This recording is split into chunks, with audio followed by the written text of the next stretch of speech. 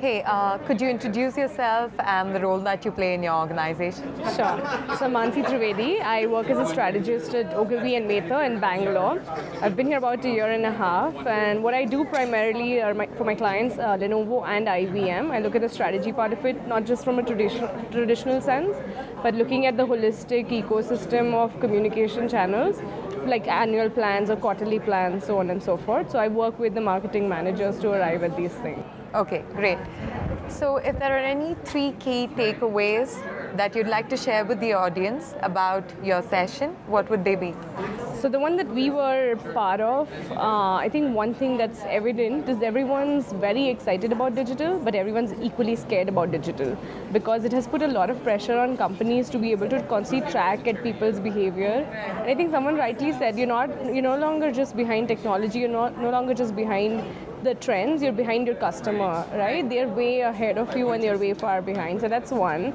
The other thing, I think there's just too many channels which one to pick and choose and how to use. Like what is the right strategy for each channel within the entire gamut of, social networking channels, search, all of these different, elements of digital, campaign. How do you use it the right way? So I think those things came out as more and more people shared examples, especially in our sessions. Some of the questions were very interesting.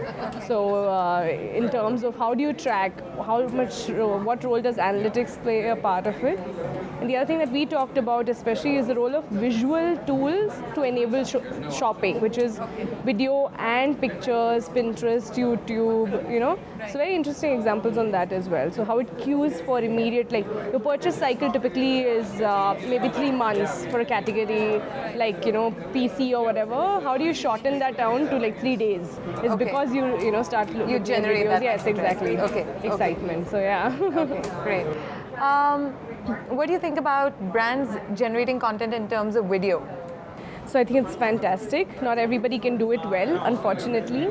I can remember a very good example of Gap, the clothing store. What they did was they keep producing content wherein, for example, if they have a scarf, they tell people 21 ways to wear a scarf. And that itself is such an awesome experience. I would like to go there again and again to see what kind of scarves they have because they're giving me utility and telling me what else can I do with it.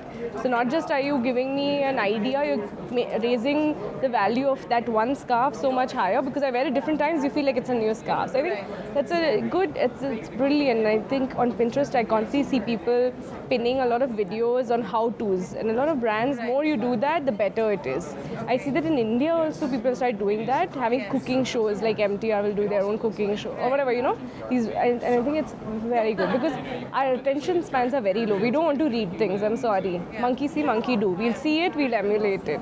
And so many people, so many housewives, these new, are going online and looking at videos and trying to cook and wear a sari, all of those things. So I think these videos are very crucial. I don't know why more brands are not doing it. It's amazing how more brands are not doing it. Okay, that's a brilliant perspective. Yes. Thank you so much. No problem. Thanks. Thank you.